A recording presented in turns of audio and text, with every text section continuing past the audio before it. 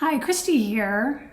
Recently, Linda Howe, who trained me in the Akashic Records, which is a way of viewing your life from your soul's perspective, published an email, published a newsletter saying what the Akashic Records are and what the Akashic Records aren't. And she had a list for each thing.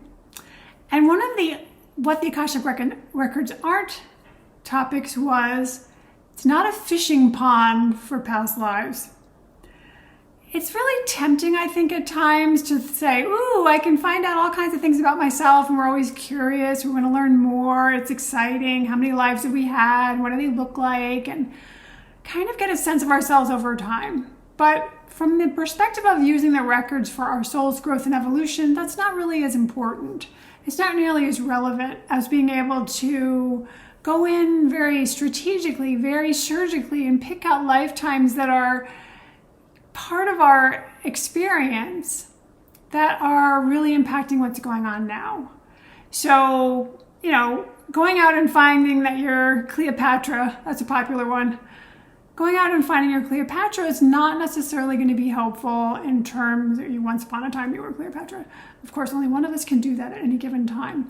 Anyway, going back and finding you're some famous person or you did this big thing may be relevant in this lifetime. If so, it's going to light up for me. But if it's not relevant, I can go in there and kind of go, yeah, it kind of seems like it, but why? Who cares? I think so much more important to look at, to much more importantly to focus on is, who are we? What are we up to as souls in this lifetime? What are we trying to learn? How are we growing and evolving? If we're stuck on something, can we find a time where we were really good at that? Can we find a time where it was really a struggle for us then?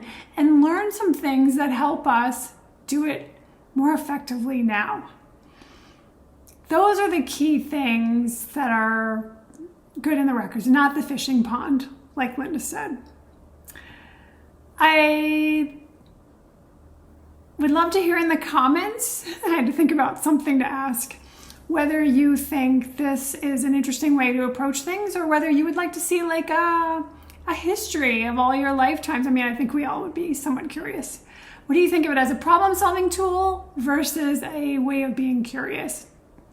I look forward to seeing you in the next video. And in the meantime, please go be brilliant.